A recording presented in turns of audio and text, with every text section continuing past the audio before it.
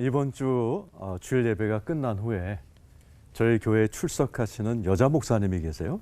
60세 되신 여자 목사님이 상담을 하러 오셨습니다.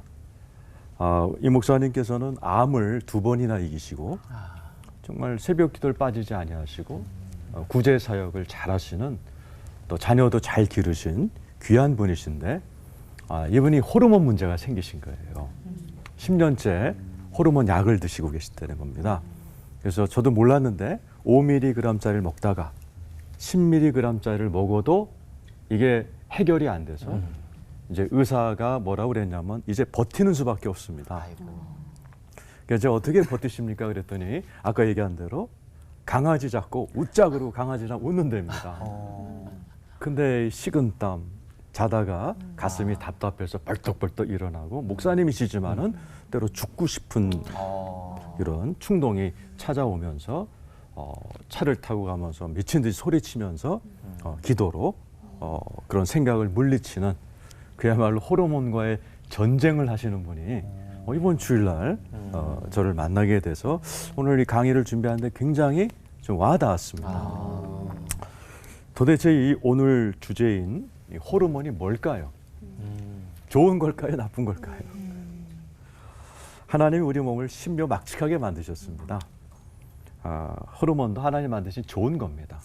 제가 호르몬을 옥스퍼드 영어 사전에서 찾아봤더니 정의를 내리면서 호르몬은 development, growth, 발전과 성장을 이루는 물질이다. 인간에게 가장 좋은 그런 물질로 정의하는 걸 보았어요. 호르몬의 변화를 잘 이해하고 인생과 삶이 성장하고 발전할 수 있도록 이해하는 게 중요합니다. 호르몬과 전쟁하면 안 됩니다. 사이좋게 지내고 이해하고 달래고 통제해야 됩니다. 오늘 본문 창세기 4장 5, 6, 7절은 성경에서 최초로 호르몬이 포착되는 순간입니다. 예배 문제로 가인이 분노하죠. 그럴 때 안색이 변합니다. 본인은 몰랐나 봐요. 아직 호르몬에 대한 의학적인 지식이 없던 때니까 하나님이 가르쳐줍니다. 네가 분냄이 어찌미냐, 안색이 변하면 어찌미냐라고 가르쳐주는 거죠. 호르몬은 내가 화났다는 것을 알게 해주는 표시판과 같습니다. 그때 빨리 내가 나를 진정시켜야 됩니다. 누군가가 안색을 살펴보고 다독거려주고 또 이해시켜 주어야 죄로 발전하지 않습니다. 그런데 가인은 하나님께서 마음을 다스려라 했는데 다스리지 못하고 손과 발로 살인을 저지르는 비극을 갖게 되지요. 호르몬은 인간의 인생을 거쳐서 끊임없이 변합니다. 그냥 단순히 변하는 게 아니고 내 인생의 주기와 맞물려서 변하기 때문에 인생의 표지판과 같습니다. 예를 들어 갱년기를 통해 많은 분들이 괴로워합니다. 이번에 알았어요? 중학생 사춘기로 무섭잖아요. 중학생도 못 건드리는 게 갱년기래요. 난 이번에 처음 들었습니다. 네. 근데 그게 신호라는 거예요. 땀, 후끈거림, 안면 홍조, 짜증, 우울증, 이런 것이 몸이 인간이 청년기에서 아이를 낳는 그런 인생의 계절에서 노년기로 들어가는 것을 몸이 알고 호르몬이 자체적으로 그 준비를 해나간다는 것이죠. 근데 그게 몸으로만 아니죠.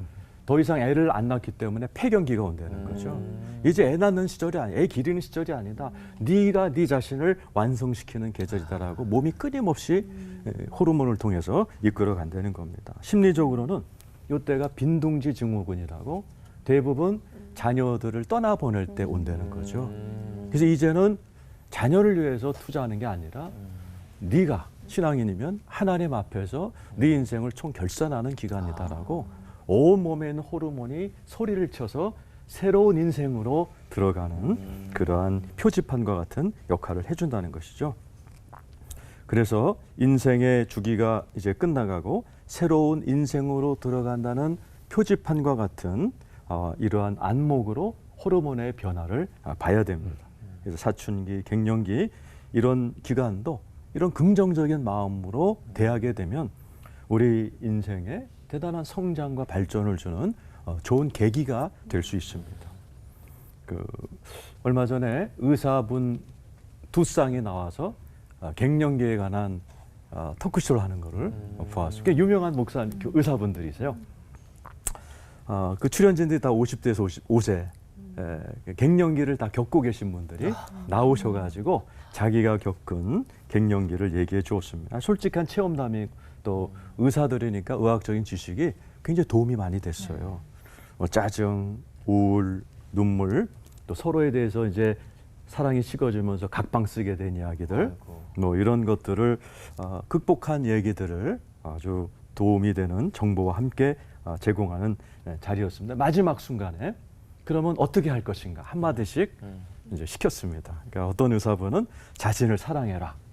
그러니까 자기는 애들 다 공부 시켜놨으니까 그 학원비로 자기가 학원을 다닌다는 거예요. 요리를 배우고 외국어를 배우면서 자기를 가꾸고 있다. 또 다른 의사분은 운동이 도움이 된다. 그래서 두 사람이 부부가 손잡고 하루에 100분을 걷는답니다. 네. 근데 마지막 사회자 의사분이 꽤 알려진 분입니다. 이렇게 얘기했어요. 갱년기를 이기려면 성경을 펴야 됩니다. 그러면서 갱년기를 이기려면 사랑해야 된다는 거예요. 자기를 사랑하고 갱년기를 겪고 있는 배우자를 사랑해야 되는데 성경에 사랑의 정의가 있다. 사랑은 오래 참고. 그러면서 오래 참고가 영어로 뭔지 아십니까? 물어보더라고요. 그러면서 long suffering. 오래 견디는 거. 그래서 이분 결론이 갱년기는 오래 견디는 게 정답입니다. 그때 떠오른 말이 있었어요. 제 머릿속에 이 또한 지나가리라. 맞습니다. 사춘기나 갱년기나 인생의 고비입니다. 그러나 주님이 함께 하시면 못 극복할 고비가 없습니다. 여기 계신 분은 제가 보니까 사춘기는 다 겪으신 분들이고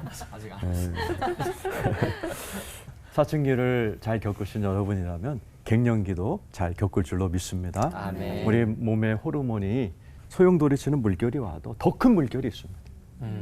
주님의 은혜의 물결이고 생수와 생기의 물결이거든요. 그것이 우리에게 왔을 때 어떤 고비도 은혜로 다 이겨내서 이것을 겪고 나면 저와 여러분이 더 성숙한 하나님의 그 자녀들로 성장하게 될 줄로 믿습니다. 기도하겠습니다. 하나님 아버지, 저희들이 살다 보면 저희 몸과 마음에 많은 변화가 옵니다. 호르몬의 변화도 마찬가지입니다. 그러나 이러한 모든 변화를 우리 주님이 주시는 은혜의 물결로, 성령의 생수와 생기의 물결로 잘 극복할 수 있는 지혜로운 저희들 되게 하여 주시옵소서. 아멘. 예수님의 이름으로 기도드리옵나이다. 아멘.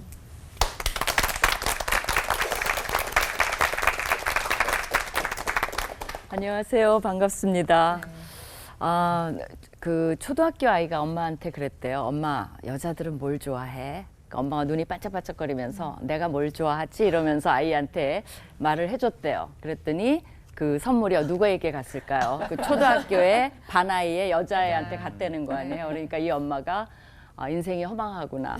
전도서를 읊었다는 거 아니에요. 헛되고 헛되고 헛되다. 그러니까 이게 갱년기 때만 오는 게 아니라 요새는 초등학교 엄마들도 굉장히 우울증을 많이 겪는 것 같아요. 내가 얘를 왜 키우나, 그죠? 그래서 이제 그 오늘 되게 재밌는 주제죠. 호르몬, 그죠? 사춘기, 갱년기. 이건 호르몬 현상이니까 아까 말씀 목사님이 하신 대로 뭐 싸운다고 될까요? 약도 먹고 뭐 여러 가지 해야 되겠죠. 근데 이제 5춘기, 6춘기 요 말은 조금 슬픈 얘기예요. 우리 슬픈 현실을 반영하고 있어요. 왜냐하면 사춘기 지나면 어딜 갑니까? 대학 가죠. 그리고 뭐 사회로 나가죠. 어떤 분들은. 그러고 나서 이제 직장 생활하는 그 20대, 30대가 걸리는 게 5춘기예요. 사춘기 이후에 5춘기. 무슨 걱정이 많습니까? 요새 청년들 직장 걱정, 또 직장에서 쫓겨나지 않을까? 여기로 만족할까? 결혼할 수 있을까? 아이 낳을 수 있을까? 인생에 대해서 너무나 많은. 그러니까 참 요새 청년들이 안 됐어요. 왜냐하면 저희 때는 정말 단순했어요. 이렇게 다양한 세계가 아니기 때문에 뭐 여자들은 당연히 그냥 저희 때는 다 시집 갔어요, 사실은. 그래서 졸업하고 대학 졸업하고 1년 동안 시집 못 가면 노처녀예요, 바로. 그러니까 별로 걱정할 게 많이 없었어요, 상대적으로. 근데 요새는 온갖 걱정을 다 하는 그 5춘기가 슬픈 현실입니다.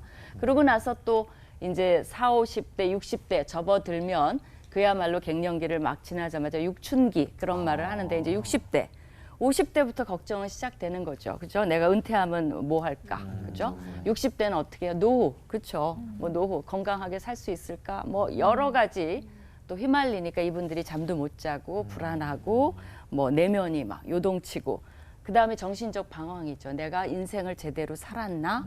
그런 것까지 합쳐지면 정말 못 살 것 같아요. 어떻게 보면. 그죠?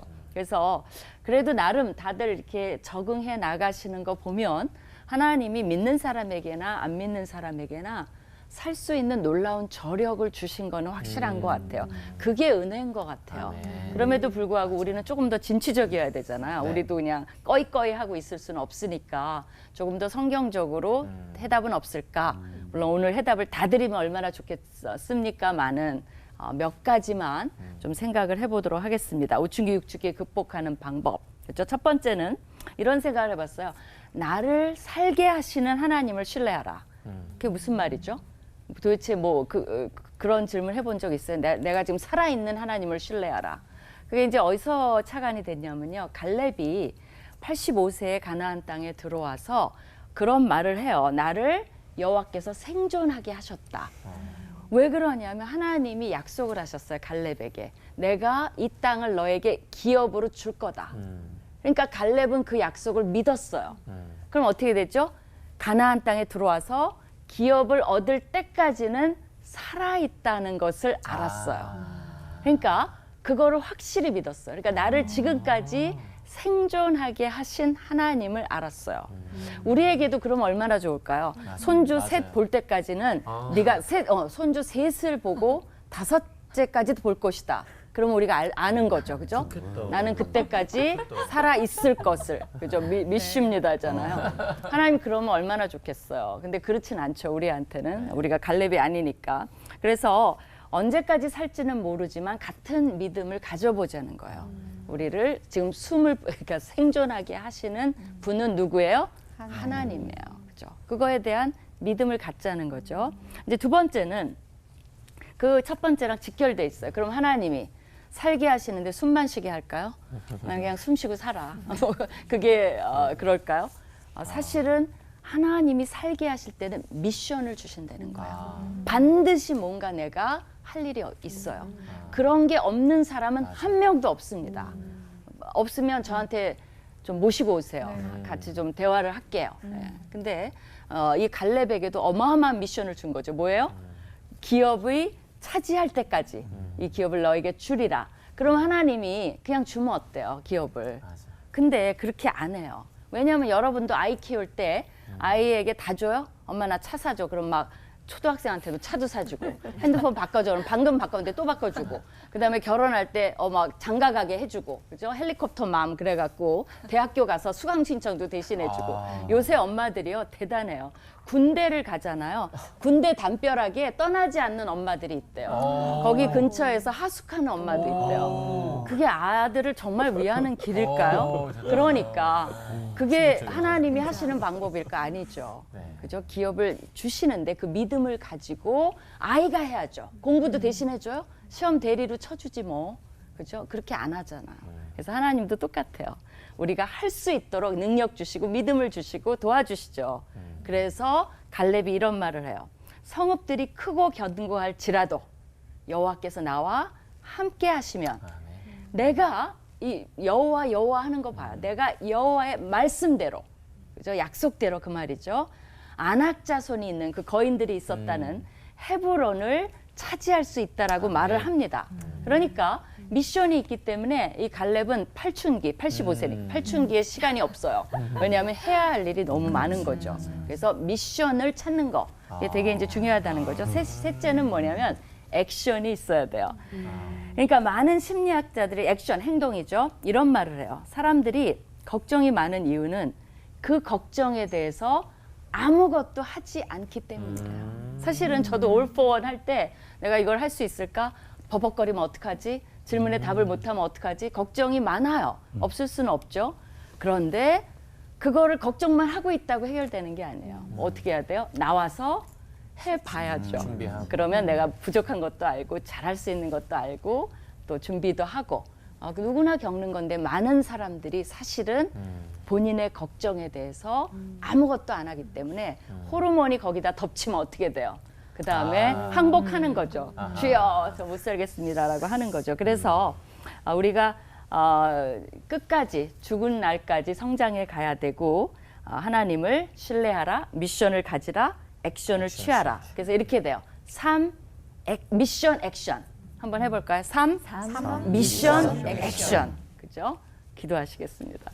하나님 감사합니다. 저희에게 생명을 주시고 또 살아야 될 이유를 주시고 미션을 주시니 감사를 드립니다. 우리가 그 미션이 뭔지를 몰라 헤맬 때 미션을 찾는 노력을 하게 하시고 찾았을 때 조그만 스텝이라도 한 스텝, 한 스텝 액션을 취하는 우리가 되게 하여 주시옵소서. 그것이 믿음이고 하나님을 신뢰하는 법이고 어떻게 보면 호르몬을 극복하는 길이라 믿습니다. 감사드리며 예수님 이름으로 기도합니다. 아멘.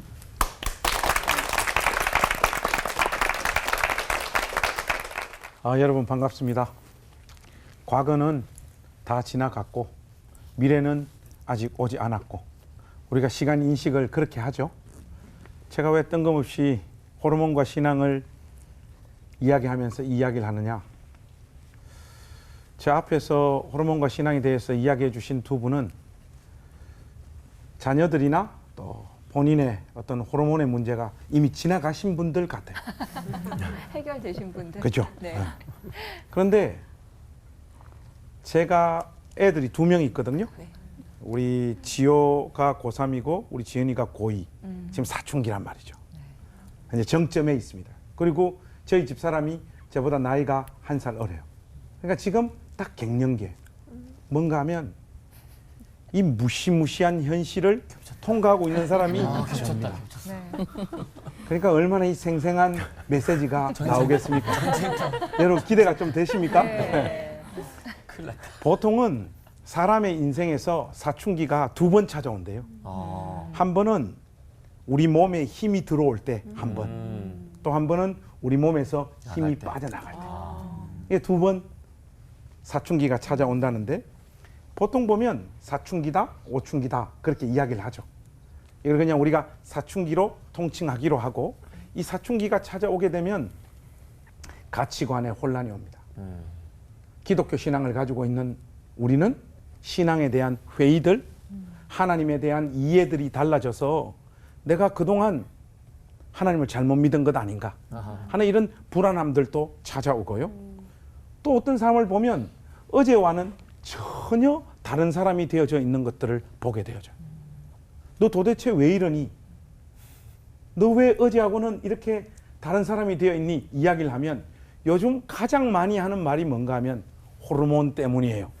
이 호르몬으로 모든 탓을 돌리는 이런 경향들이 교회 안에서 쫙 번져나가고 있는 것 같습니다. 호르몬이 한 사람의 인생의 주기 또 각 사람의 삶에 영향을 미치는 것은 이는 과학적으로 입증되어진 사실이기 때문에 우리가 부정할 수는 없습니다. 그러나 가치관의 혼란, 신앙의 회의, 전혀 다른 사람이 되어버린 것, 이 모든 것들이 과연 호르몬의 전적인 탓일까? 이 부분에 대해서 저는 회의적으로 좀 생각합니다. 사실은 호르몬 때문에 그러는 것이 아니라 우리가 우리 마음을 지키지 못한 결과 때문에 그런 가치관의 혼란과 신앙의 방황 가운데 잘못된 길로 가는 것이지 호르몬이 우리를 전적으로 그 삶으로 내다 모는 것은 아니에요. 요즘은 모든 것에 다 호르몬을 갖다 붙이는데 분노 조절 장애라는 말이 있습니다. 분노를 왜 하느냐? 우리 안에 호르몬 때문에 분노도 하게 된다는 거예요. 그걸 분노 조절 장애 이렇게 이야기를 하는데 여러분 우리가 보통 보면 분노를 가장 많이 쏟아놓을 때가 언제입니까? 운전할 때잖아요. 멀쩡한 사람이 운전만 하면 이상해져 버립니다. 영어로 하자면 insane. 이상한 사람이 돼버려요. 그래서 이런 이야기가 있어요. 어떤 사람이 차를 몰고 도로를 나갔어요. 노래를 부르고 가는데 옆에 자기보다 더 작은 차가 정상적인 속도로 가고 있는 본인 차를 제쳐가지고 앞으로 샥 속도 내고 가니까 순간 분노가 조절이 안 되는 거예요. 내버려 두지 않겠다 해서 냉장고인 내가 깍두기인 저 차에게 질 수 없다 해서 속도를 내서 따라잡아서 그 앞으로 가서 차를 세우고 사이드 브레이크를 올린 다음에 차에서 내립니다. 그리고 그 작은 차를 운전했던 사람에게 다가가서 내려 하고 소리를 지르는데 그 운전사의 덩치가 거의 거인 같은 거예요. 그 모습을 보자마자 분노가 자동으로 조절되더라고요. 우리가 어떤 존재냐? 생각보다 굉장히 영악한 존재들. 죄 짓고 하나님 기뻐하시지 않는 어떤 삶을 인생의 어떤 시기에 과감하게 감행해놓고 내가 이런 결정을 하게 된 것은 나도 모르겠구만 내 안에 있는 호르몬의 작용 때문에 내가 이런 결정을 내렸다. 이런 식의 변명들을 많이 쏟아놓습니다. 이런 식의 이야기들은 같은 시대를 통과하고 있는 사람과 사람에게는 먹힐 변명일지 모르지만 하나님 앞에서는 통하지 않는 겁니다. 호르몬의 영향이 없다라는 게 아니에요. 호르몬의 영향으로 인해서 우리는 울고 좌절하고 절망하고 또 그렇다가 기뻐하고 온갖 상념들과 감정의 요동을 경험합니다. 여러분, 우는 건 나쁜 거예요? 한 번씩 성질 내는 거 잘못된 거예요? 절망하는 거, 하나님에 대해서 회의하는 거, 그건 나쁜 겁니까? 그런 흔들림을 통해서 우리는 온전한 사람으로 빚어지는 것이죠. 이런 것들을 보면 우리 안에서 분출되어지고 있는 그 호르몬이 신자의 삶을 망가뜨리거나 잘못된 길로 인도하는 것은 결코 아니에요. 근데 중요한 것은 그런 어떤 호르몬의 작용으로 말미암아 내 스스로가 내 마음을 지키지 못하는 지점까지 그냥 흘러가도록 내버려 두면 안 된다는 것입니다. 마틴 20세기 최고의 강해 설교자로 손꼽히는 마틴 로이드 존스의 영적 침체에 보면 이런 문제들이 좀 나와요. 여러분, 아침에 눈을 뜨면 어떤 생각이 우리 마음을 찾아오잖아요. 생각이 없어갖고. 생각이 찾아옵니다. 그 추상적인 어떤 생각들이 찾아오는데 성경적으로 보면 이 생각을 그냥 내버려 두면 안 되는 거예요. 시편 42편 5절 말씀 보니까 이런 말씀이 나옵니다. 내 영혼아, 네가 어찌하여 낙심하며 어찌하여 내 속에서 불안해하는가? 너는 하나님께 소망을 두라. 그가 나타나 도우심으로 말미암아 내가 여전히 찬송하리로다. 한마디로 자기의 이 마음을 제3의 처소로 인식하는 거예요. 우리는 스스로 내 마음을 컨트롤하고 다스릴 수 있을 거라고 생각을 하지만 생각이나 우리의 마음은 나의 의지와는 상관없이 특정한 어떤 생각들과 마음을 먹게 되어진단 말이죠. 호르몬 작용으로 말미암아 하나님께서 기뻐하시지 않는 어떤 열매들이 맺힐락 말락 할 때 여러분들이 하셔야 될 것은 뭐냐? 그 마음을 향하여 명령을 내리셔야 됩니다. 네가 어찌 낭망하느냐? 네가 어찌 계속해서 울고 있느냐? 네가 어찌 계속해서 좌절하고 있느냐? 하나님을 소망 삼아 그 자리에서 일어나라. 네. 자기 마음을 향하여 명령을 내릴 때 그 마음이 그리스도 예수 안에서 잡히게 되어지는 겁니다. 호르몬 작용이 여러분들을 이 모양 저 모양으로 많이 괴롭히시죠? 여러분들에게 단 하나의 필승 카드, 비법을 가르쳐 드리겠습니다. 여러분 마음을 향하여 명령을 내리십시오. 하나님께서 우리에게 요청하시는 신앙의 결단입니다. 기도하겠습니다. 하나님, 호르몬보다 더 강력한 하나님을 우리의 소망 삼아 사는 신자들이 되게 하여 주시옵소서. 아멘. 예수님의 이름으로 기도하옵나이다. 아멘. 아멘.